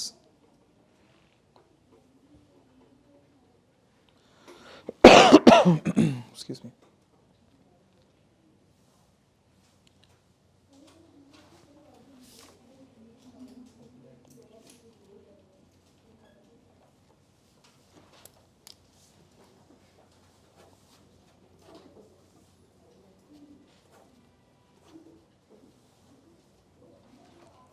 और बाय द वे हलाल सर्टिफिकेशन सिर्फ इसे खाने पीने उस चीज़ों में नहीं होती है, मेडिसिन के अंदर भी होती है, राइट। और ये कोई बहुत यूनिक चीज़ नहीं है कि यार एक पर्टिकुलर फूड आइटम को कोई रिलीजन अलाउ कर रहा है या नहीं कर रहा है। सारे रिलीजन्स में ये चीज़ है, कुछ कुछ चीज़ें अलाउड होती हैं, कुछ कुछ चीज़ें नहीं होती हैं। नवरात्रे में आप ही के घर वाले थोड़ा सा हिल जाते होंगे कि अब नहीं खाना प्याज और वो, राइट। सो इस टाइप के रूल्स एंड रेगुलेशन आपको हर जगह देखने को मिलते हैं। ये मतलब ये मेरे को ऐसा लगता है कि रिलीजन का बाय प्रोडक्ट है। जब आप फेथ ही रख लेते हो किसी चीज़ के अंदर, है ना, सवाल नहीं करना, फेथ रखो, तो कुछ कुछ बाय प्रोडक्ट स्प्रिंग अप होंगे उससे, ताकि यू नो वो फेथ एक्चुअली काम करे, राइट। नुकसान नहीं करता फेथ, फायदा ही करता है ना। बट बाय प्रोडक्ट्स उसके ज़रूर है। कुछ कुछ आपसे ऐसी चीज़ करवा देगा वो जो आपका लॉजिक आपको उसके अगेंस्ट जाने को बोलेगा फिर, राइट। जैसे जैसे the even simple thoughts can make you think, very very simple thoughts कि you everybody knows honesty is the best policy, and if I ask you can you be honest all the time, immediately गर्दनें घूम गई है। I can tell you yes you can B.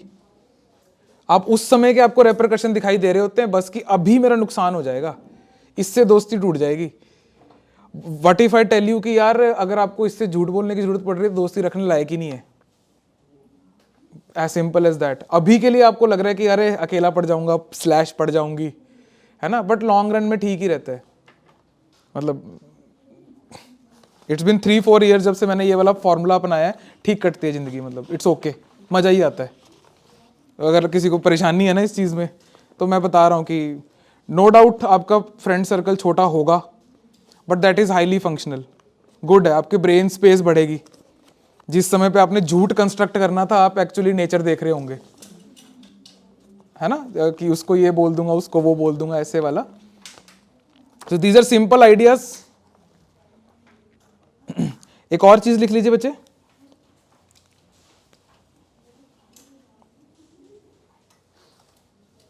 हलाल India companies certification.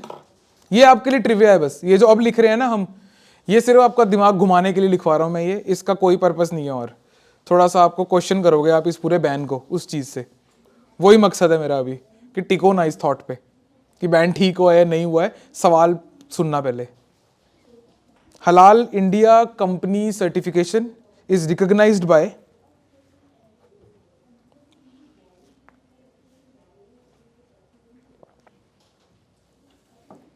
List में लेते हैं। Number 1 Qatar.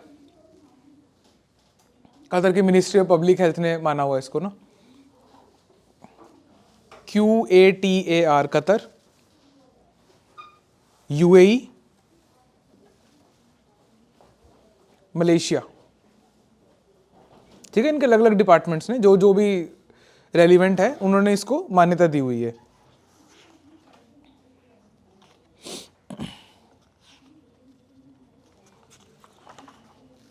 है ना, and it is not limited to आपका फूड।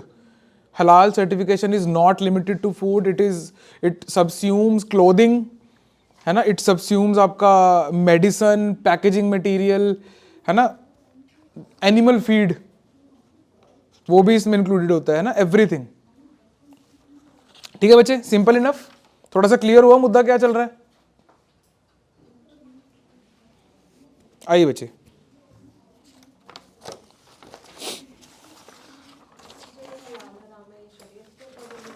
यस,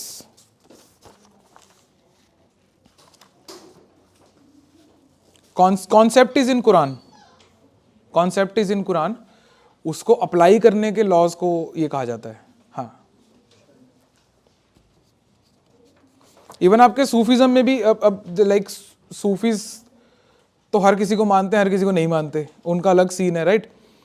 उनकी भी दो कैटेगरीज होती हैं, है ना, बाशरा एंड बेशरा, the one who believes in शरा and one who does not believe in शरा, राइट। जैसे औरंगजेब ने जिनको सपोर्ट किया था, जिन सूफी सेंट्स को, दे ऑल वर बाशरा विद शरा, है ना।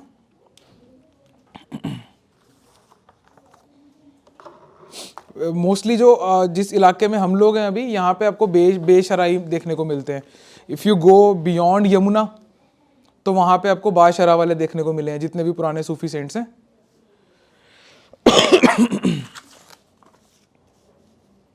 जस्ट अगेन एक ऑब्जर्वेशन। आइए बच्चे, global digital public infrastructure repository. Public infrastructure, digital public infrastructure क्या होता है?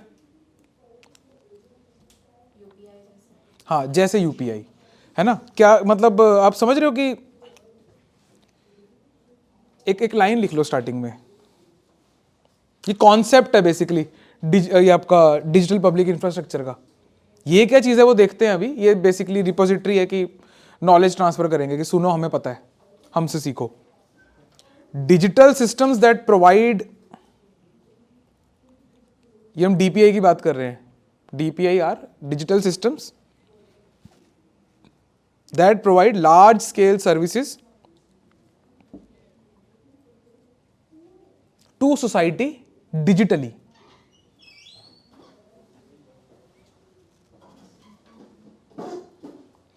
अब जो, अच्छा वो उठ के चला गया, जो इन्होंने पॉइंट बोला था इंक्लूजन वाला, है ना, वो यहां पे रेलिवेंट होता है कि वो एक्चुअली आपका जो है जब it these kind of system they promote digital inclusion, right.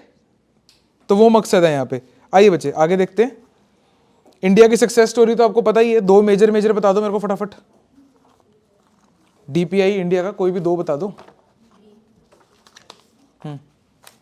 आधार हो गया एक तो, और यूपीआई हो गया, है ना। इसके अलावा और भी बहुत है वैसे हमारे पास। डिजी लॉकर है हमारे पास आरोग्य सेतु ऐप थी, हमारे पास कोविन ऐप, और एक वो है यार, वो क्या, आयुष्मान भारत स्कीम के अंडर जो वो आपका डिजिटल हेल्थ कार्ड बनता है, राइट। ये सारा आपका डीपीआई के अंडर फॉल करता है। अब हमारे पास इंडिया ने क्योंकि इस लेवल पे कर दिया, जैसे एक ना छोटा सा फैक्ट था मेरे पास, इस साल मई के अंदर यूपीआई की 9 बिलियन ट्रांजैक्शन हुई थी। 14 लाख करोड़ की ट्रांजैक्शन हुई थी सिर्फ यूपीआई के थ्रू, राइट। और मई में ये हुआ, और हमने नवंबर में आके इसको वर्ल्ड को बोल दिया कि अगर आप डिजिटल पेमेंट्स में आगे जाना चाहते हो, and it is very timely move कि आप डिजिटल पेमेंट में आगे जाना चाहते हो, वी हैव द रिपोजिटरी। अगर आप इसमें देखेंगे बच्चे second point, it's primary aim is to bridge the knowledge gap in the choices and methodologies required for design, construction, deployment and governance of DPIs. ठीक है, ये एक रिसोर्स हब की तरह बात करेगा कि अगर ऑल ओवर द वर्ल्ड कोई भी कंट्री, कोई भी जुरिस्डिक्शन, है ना, कोई भी टेरिटरी इसको अप्लाई करना चाह रही है, वो इससे ले लो आके।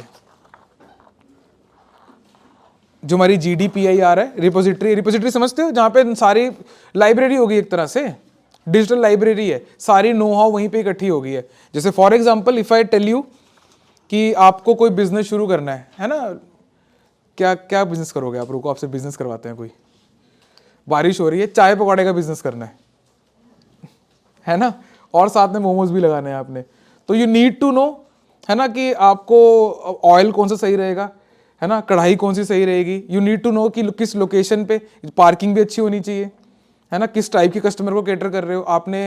डेली वेज वर्कर्स को कैटर करना है जो कि बल्क में आपसे लेके जाएंगे, या फिर अब कम बेच के ज़्यादा, मतलब यू नो, तो you need to know each and everything. चाय पत्ती कौन सी सही रहेगी, है ना, दूध कहाँ से सोर्स करना है, क्योंकि नॉर्मल दुकान वाला नहीं देगा आपको इतने सारे पैकेट दूध के, है ना, उसके कस्टमर्स बंधे हुए हैं, तो you need to source it from somewhere, है ना। तो you need a technical know how. या तो चाचे से पूछोगे आप अपने, जो कि आपको जो पता होगा मेरी तरह वो बता देगा, या फिर you will actually try to understand कि ये क्या है। सो इन सारी चीज़ों को शॉर्ट करने के लिए वी हैव अ रिपोजिटरी।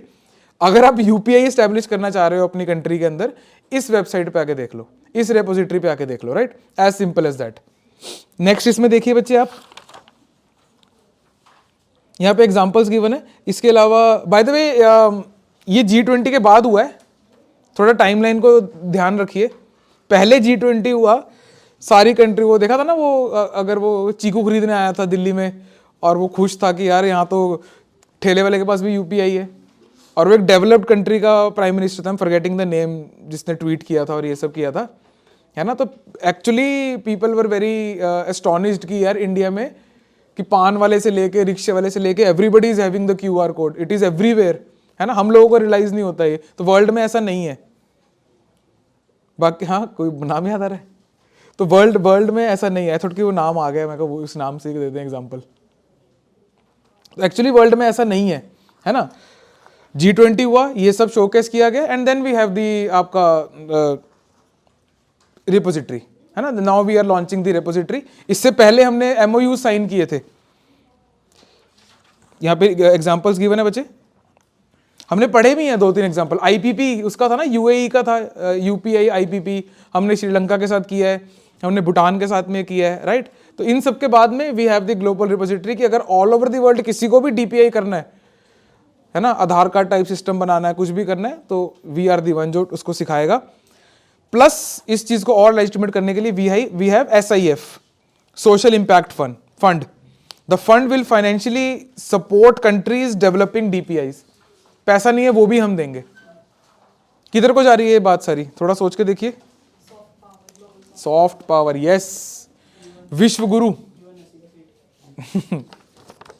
हाँ, नाइस।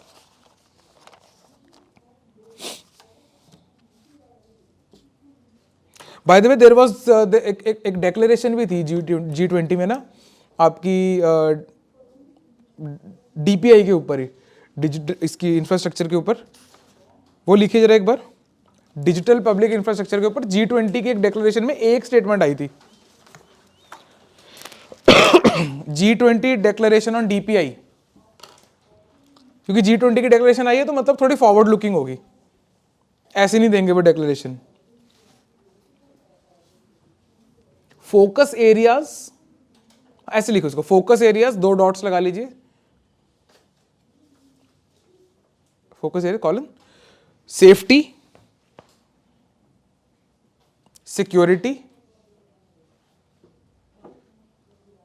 रेजिलियंस, एंड सबसे इंपॉर्टेंट क्या है, trust, and trust in the digital economy. आपको लगता है कि रिक्शे वाले को कन्विंस करना कि आप पेमेंट आपकी बैंक में जाएगी, आपने नोट नहीं लेना, वो आसान बात थी?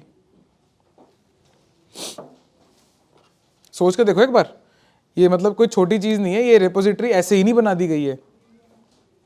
आप लोग तो डील करते ही हो बाहर जाके। एक छोटी दुकान जिसने लगाई हुई है, जो नहीं पढ़ा लिखा है ना, उसको ये चीज बोलना कि आपके पास कैश नहीं आएगा, आपको वो फोन पे ही दिखाएगा जी, बस आपके खाते में चला जाएगा सीधा।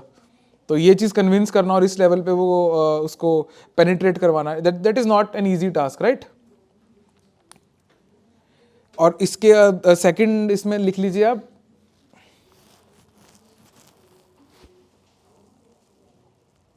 AI गवर्नेंस, कि AI अगर आ रहा है तो उसकी गवर्नेंस के ऊपर ध्यान रखना पड़ेगा, वो भी DPI से रिलेटेड ही है। सेम डॉक्यूमेंट के अंदर ये 3 चीजें मेरे को रेलिवेंट लगी थी कि आज की क्लास के लिए। Last is human rights and privacy.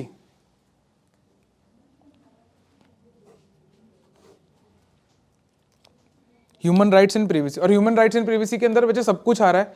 It includes आपका IP, intellectual property rights, right, और आपके बेसिक ह्यूमन राइट्स और data privacy.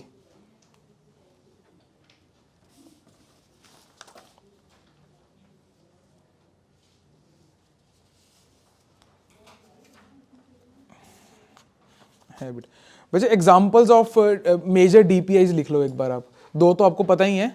Let me give you data, लिख लेते हैं साथ साथ उसके, थोड़ी क्रेडिबिलिटी आएगी आपके आंसर्स में। सर्विसेज है ना, DPI सर्विसेज, उसके बारे में लिखते हैं। Number 1 Aadhaar,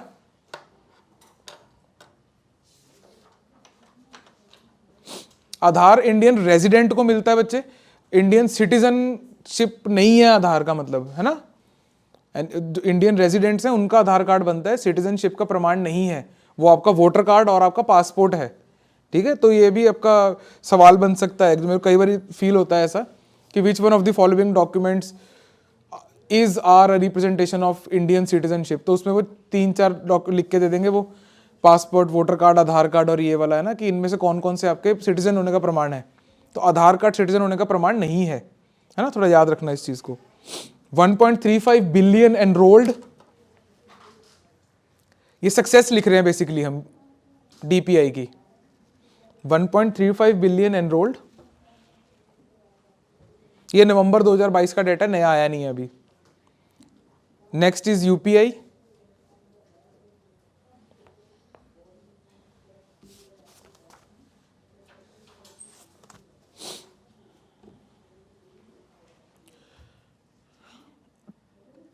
$11 billion transactions, approximately 11 billion transactions worth 16 lakh crore in August 2023। ये बिल्कुल लेटेस्ट डेटा ये है।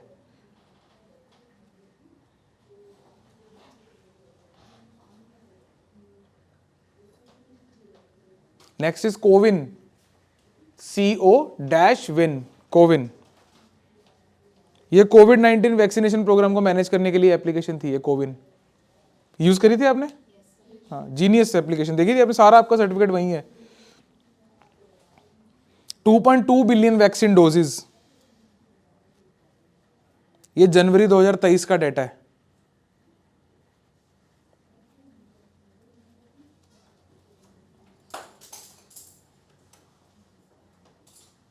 ABDM, क्रिकेटर का नाम लग रहा है वैसे ये, Ayushman Bharat digital mission.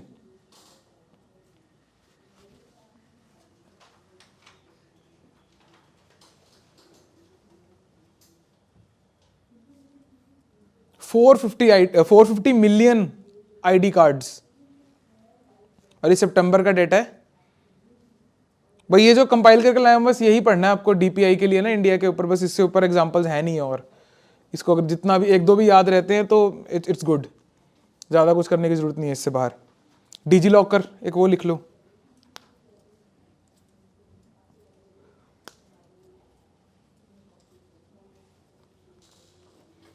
$172 million users with 5.62 billion documents, 62 billion documents, है ना। ये जून का डेटा है।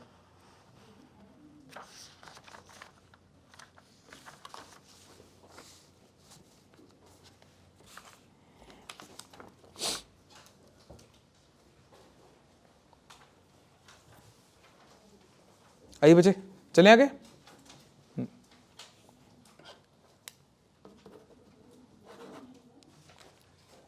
एमिशंस गैप रिपोर्ट UNEP की फिर से आ गई है। इसको हम लगभग बहुत 2 साल से तो पढ़ते आ ही रहे हैं, है ना। And report is still there, और सेम ही वही है कि बैंड बजी हुई है जी अभी भी, और है भी ऐसा, है ना। और इंडिविजुअली देखते हैं कि हर एक जो इसने फैक्टर्स दिए हुए हैं कि पर capital territorial emissions, emission gap and NDCs, इसके अंदर क्या गैप है, बस वो समझना है ऊपर ऊपर से। प्री के अंदर जो आपको बेसिक HCS और PCS वगैरह हुए हैं, और HPS के अंदर जो सवाल आएगा दैट इज आपका कि एमिशंस गैप रिपोर्ट देता कौन है ना, दैट इज आपका UNEP। और एनुअल रिपोर्ट है ये, इसको अंडरलाइन कर लीजिए आप। ईयरली रिव्यू क्या चीज है, ये gives the difference between where greenhouse emissions are predicted to be in 2030, prediction दे रही है वो, and where they should be to avoid the worst impacts of climate change. तो first line is the most important one इसके अंदर।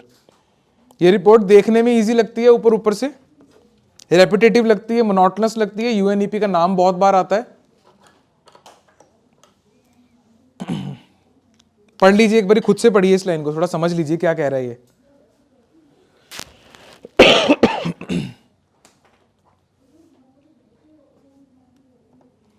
दो काम कर रहा है इसका मतलब ये, वो पहले प्रिडिक्शन कर रहा है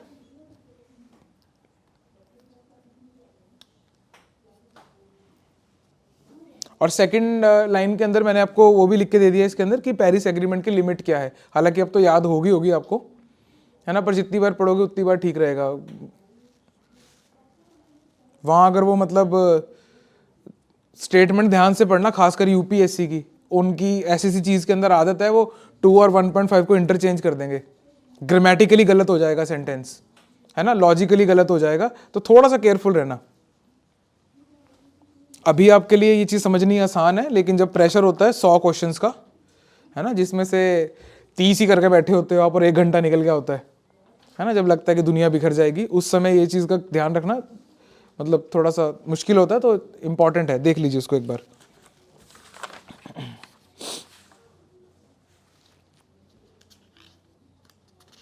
आइए बच्चे, इनकी मेजर इनसाइट्स देखते हैं। तो ये बोल रहे हैं कि 86 days recorded temperature higher than the average exceeding 1.5 degree Celsius and globally September was the hottest month. लिखना है, लिख लो साइड पे, September was the hottest month.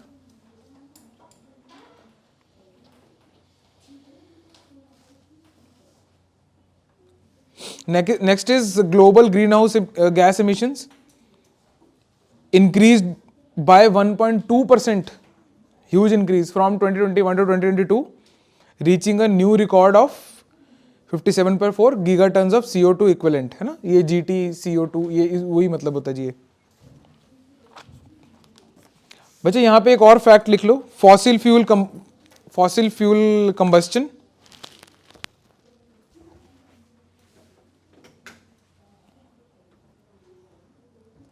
and industrial processes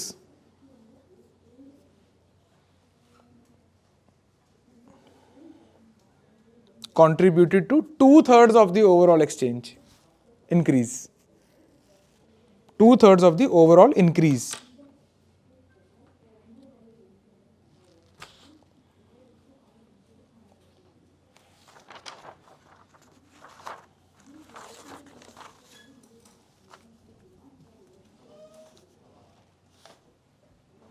per capita territorial emissions, per capita क्या होगा मतलब पर person, right. तो यहां पे लिखा हुआ है very significantly across countries. Let us right about, side पे एरो डाल के लिख लीजिए बच्चे आप।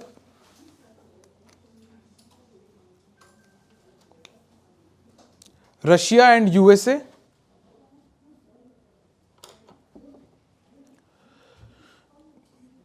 more than double the world average.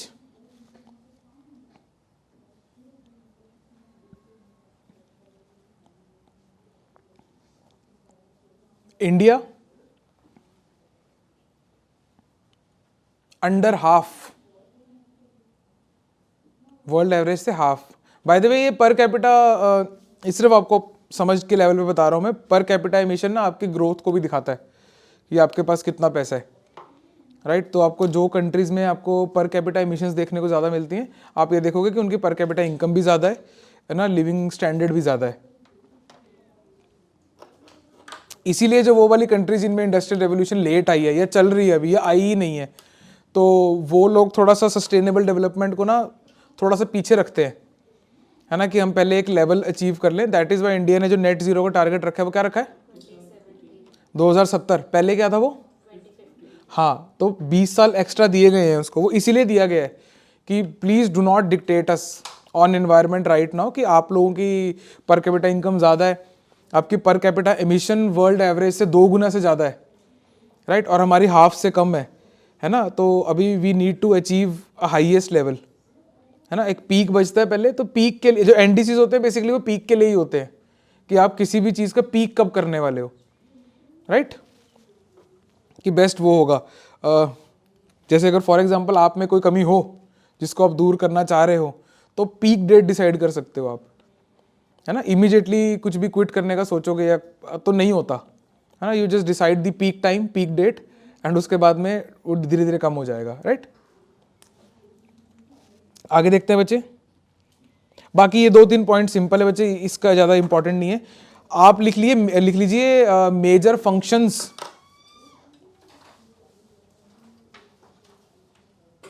Major conventions लिख लीजिए तो अंडर यूएनईपी। ये लास्ट टाइम भी थोड़ा सा मेरे को फील हुआ था कि बार बार हर एक कन्वेंशन के अंदर ये याद रखना कि किसके अंडर है, यूएनईपी के अंडर है नहीं, रादर देन हम एक ही बार में लिख लें कि यूएनईपी के अंडर कन्वेंशन कौन कौन सी हैं। मेरे को बताओगे कौन कौन सी हैं वैसे जो जो दिमाग में आ रही हैं? कन्वेंशंस है ना, जैसे हमने लास्ट टाइम एक बताया तो मैं थोड़ा याद आ जाएगा, साइट्स हमने किया था,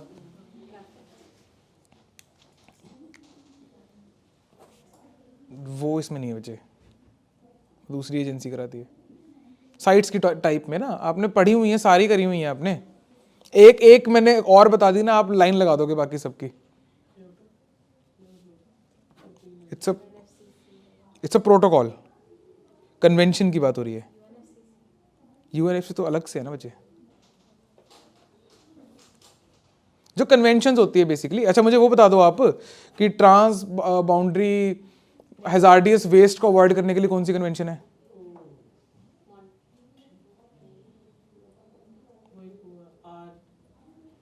मतलब अगर किसी के ऊपर हैजार्डियस वेस्ट गिरता है, यस, रॉटरडैम कन्वेंशन। अब लाइन लगा दोगे तुम।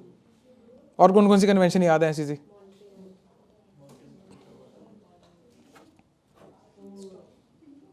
हाँ, स्टॉकहोम, रॉटरडैम, बेजिल, राइट, लिख लीजिए। वियना, तेहरान, लिख लीजिए, ये मेजर कन्वेंशन अंडर यूएनईपी। और जोन सी नहीं पता होगी वो पढ़ लेना। इन्वायरमेंट में बच्चे जब आप स्टैटिक पढ़ते हो ना तो हम सारी कन्वेंशंस नहीं पढ़ते हैं, और पेपर में जाके कोई टेढ़ी मेढ़ी से आई होती है, हमें लगता है पता नहीं पूछ ही क्या लिया इसने, तो कभी देखा ही नहीं, क्योंकि हमने ऑफिशियल वेबसाइट से नहीं पढ़ा होता। मीना माटा, हाँ मीना माटा मरकरी के लिए। Sites, CITES, convention on international trade in endangered species. Basil, Basil convention, इस सबके आगे कन्वेंशन वर्ड लगेगा, Basil convention.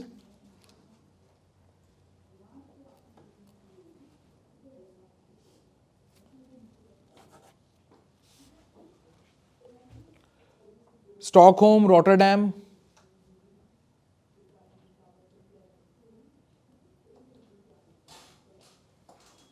CMS, convention on migratory species, Tehran convention. आपने मॉन्ट्रियल बोला था? हाँ हाँ, वो इसी में तो है, करोगे एक बार रिसर्च, देखना यार। जहाँ तक मेरे को याद आ रहा है तो आई थिंक एक मॉन्ट्रियल और एक और प्रोटोकॉल है आपका,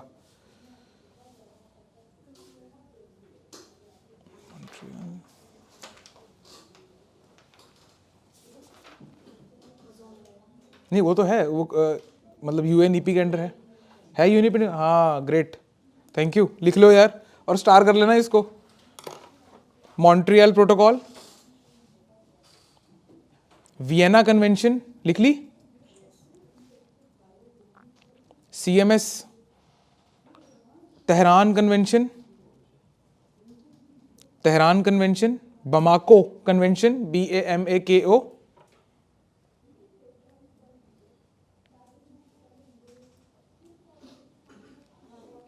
कारपैथियन, CARPATHIAN,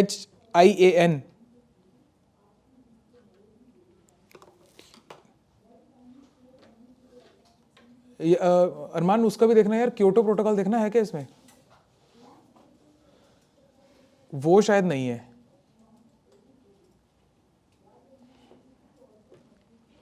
last is CCAC, climate, हाँ ठीक है जी, ध्यान रखना। मॉन्ट्रियल प्रोटोकॉल आपका यूएनईपी के अंडर है, और दूसरे वाला कौन सा बोला था हमने? क्योटो प्रोटोकॉल जो है वो आपका यूएनएफसीसी के अंडर है। ये आपका प्री का बहुत बड़ा काम सॉर्ट हुआ है, अभी अभी शायद आपको रियलाइज नहीं हो रहा है।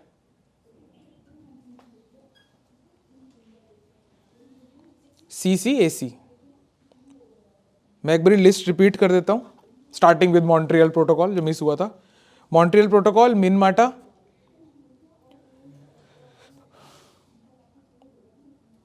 बच्चे एक और लिख लीजिए अब, यूनाइटेड नेशन, UN CBD है, convention on biological diversity, UNCBD, United Nations convention on biological diversity. ये रट्टा मार लेना। Now let me repeat, Minamata, CBD, CITES, Basel, Stockholm, Rotterdam, Montreal protocol, Vienna, CMS, ये convention on migratory species. Next we have Tehran, Bamako, Carpathian and CCAC। ठीक है जी।